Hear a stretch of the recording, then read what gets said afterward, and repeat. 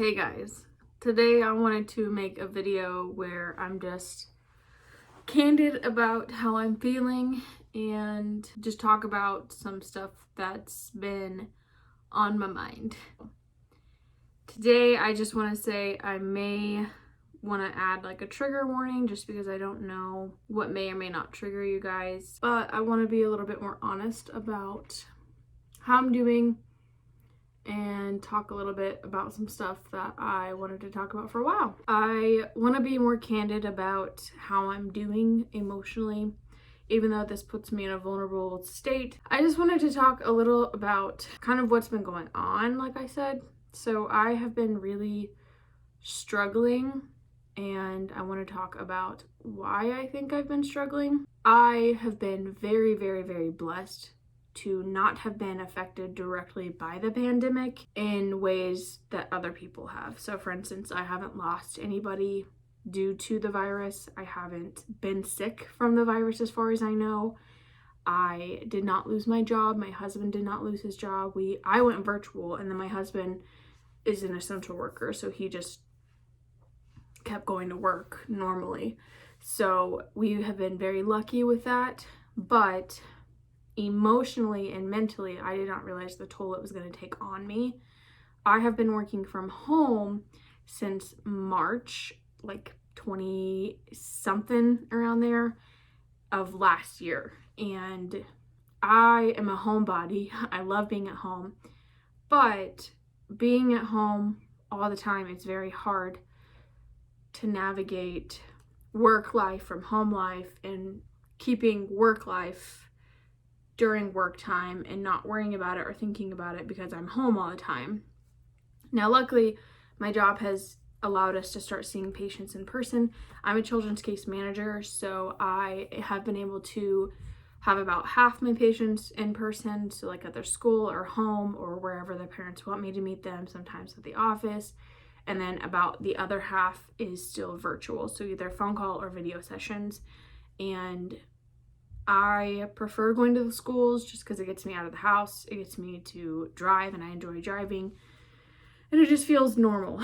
So with the pandemic, we haven't been hiring as many people, and what that means is I have a higher caseload than I'm used to, so that's more stress. And then all my patients and their parents are also going through a pandemic and also dealing with going to school in person and then going virtual, and then just so many changes that they're all stressed out. And so with parents and everybody stressed out, then people are on a shorter fuse, so more people are irritable, myself included. I have been realizing my patience is like this when it used to be like this, but lately I just have been really irritable and feeling like an impending doom almost, and I haven't felt that way in a really long time. Just a small background, I'm not going to go into too much detail about my life because it's not just my story to share, and it's not everyone's business about what happened. Someday I would like to share more in depth about what I've been through, but I don't feel comfortable with that right now. But my life hasn't been the easiest. I've been in a lot of fight or flight times of my life and have felt really depressed and anxious and worried about everything. I'm very resilient and have always been able to bounce back. And I know I'm going to bounce back because I'm not at my lowest right now. And this is why I want to talk about this because, okay, I'll just tell you kind of my life a little bit. So when I was a kid, my parents were married. My dad met my mom, and my mom had 2 children from a previous relationship. When my sister and brother were 1 and 3, my dad took them, or 1 and 4 maybe. We're all 3 years apart. Anyways, so my dad and mom got together, got married. He went to the military, they moved. There was a lot of stuff going on that was traumatic to me and to my siblings, but I'm not going to go into detail about that. But just a lot of stuff that was a lot of mental health related stuff, and a lot of stuff that was out of my parents' control and obviously out of the kids' control. And so my parents ended up divorcing, and my dad took my brother and I and moved us back to Kansas. So my siblings had to stay there because they weren't his biological children, and so we were all separated. And I started going to therapy at 9. So my dad also was going to therapy, and my brother, and we were all doing family therapy. And I had to have like monitored phone calls to talk to my mom, and it just was not a good time for anybody. And my dad was struggling financially and emotionally, and I, at 10 years old, had my first attempt to harm myself, and I didn't understand the repercussions of that or how serious or severe it was, but luckily nothing serious came of it. But that's the first time I can remember being in a really dark place. So fast forward, when I was 12, I was actually 6 days shy of turning 13. My dad ended his life, and I found his body. The night he ended his life, I was upstairs in my bedroom, and I was actually self-harming, but I didn't see it as a self-harm. I was basically took a pen and I took a needle, and I was like getting the ink for the pen and giving myself a tattoo, but that's a form of self-harm. Like, I wanted to feel the pain, and that's not a good thing to do by any means. And I was not sensitive to that pain, which was kind of scary looking back at it. So once my dad died, the self-harm got worse, and I started actually cutting myself. Family knew about it and just didn't take it seriously, and they all thought I was doing it for attention. And in a way, I think I probably was, but I was looking for someone to help me because I was struggling so much emotionally. And I started going to therapy at 13. Hated my therapist. I cried every time I went there. He was trying to force me to talk about stuff I was not ready to talk about. And the state like forced us to go to therapy because that's like a major thing. So I had to move in with my aunt and uncle. That's a whole nother story. But also, again, not my story to tell. So I won't go into a lot of detail about things that I struggled with living with my aunt and uncle. And it just was really hard. They separated, and my uncle passed away, who we moved in with. Our house burned down in the country when we were in the process of moving out of it. He passed away all before I graduated high school. So I finally graduated in December 2014, and I started college January 2015. I graduated a semester early because I just wanted to get out of that town, out of it all. And it felt really good to get out of everything. And that's the first time that I felt like everything was going to be okay and I could do it.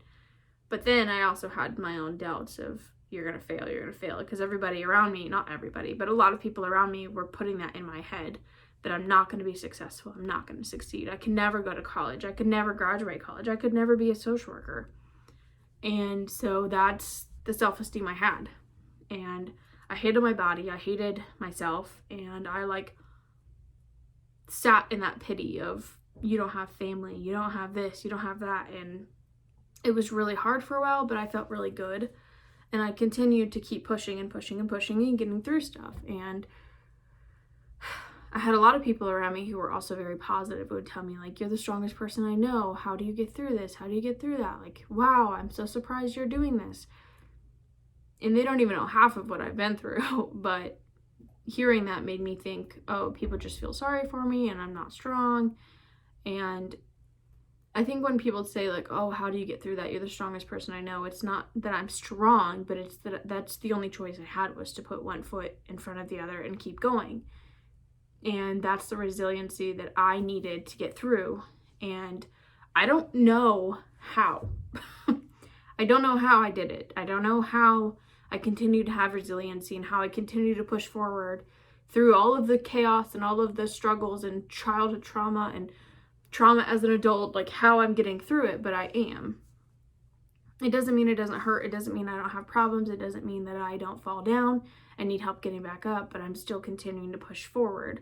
And that's the biggest part that I need to remember for myself, is that I'm pushing forward, and that's what's important. So that all brings me to now.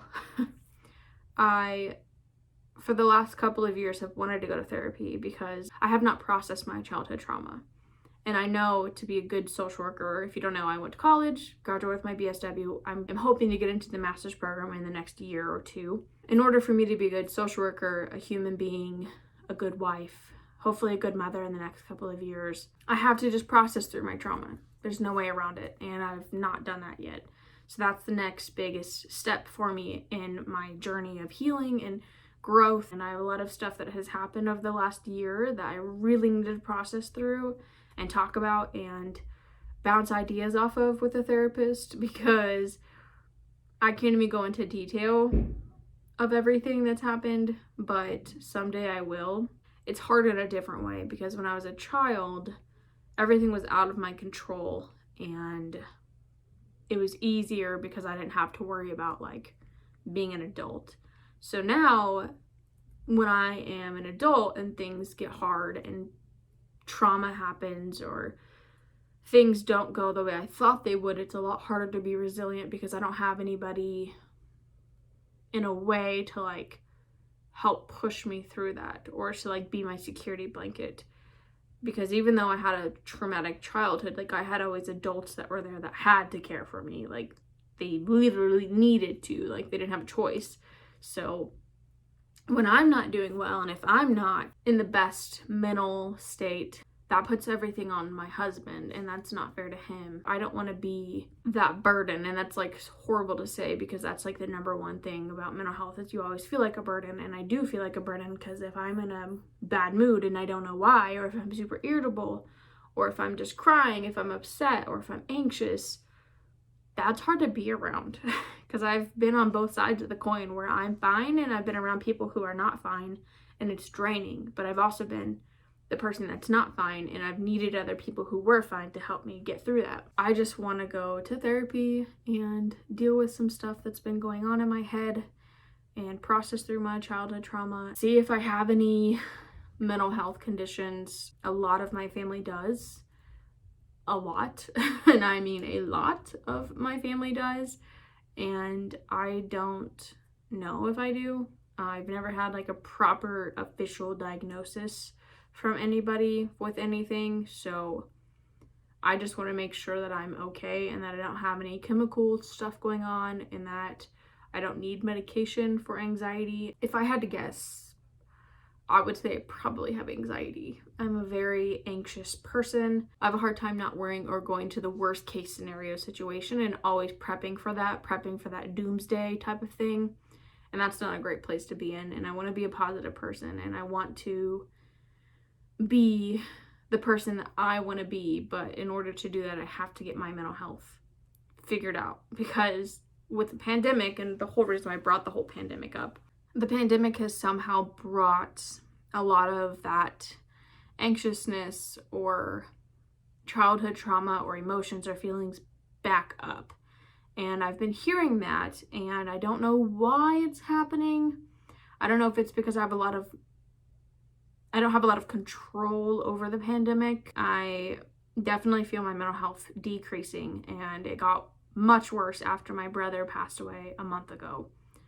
And that's whenever it really affected me. And I just last weekend on the 13th, we had his like celebration of life, and that really brought a lot of emotions back up, and a lot of feelings and a lot of stuff that I realized I've not processed through. It was really hard, and I went back to North Carolina, where we're from, and being around my mom and in the city I grew up in and was born in, and being around all of my siblings but my brother, it was just very weird, and it felt wrong, and it felt weird.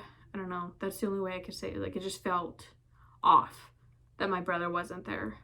Oh, I don't want to get emotional. So clearly I have not processed through his death, and it's very hard. But the reason why I'm sharing all of this is because I think it's important to be honest and to share when we're not doing okay, because I went through a lot of stuff by myself, and I know like nobody watches my channel.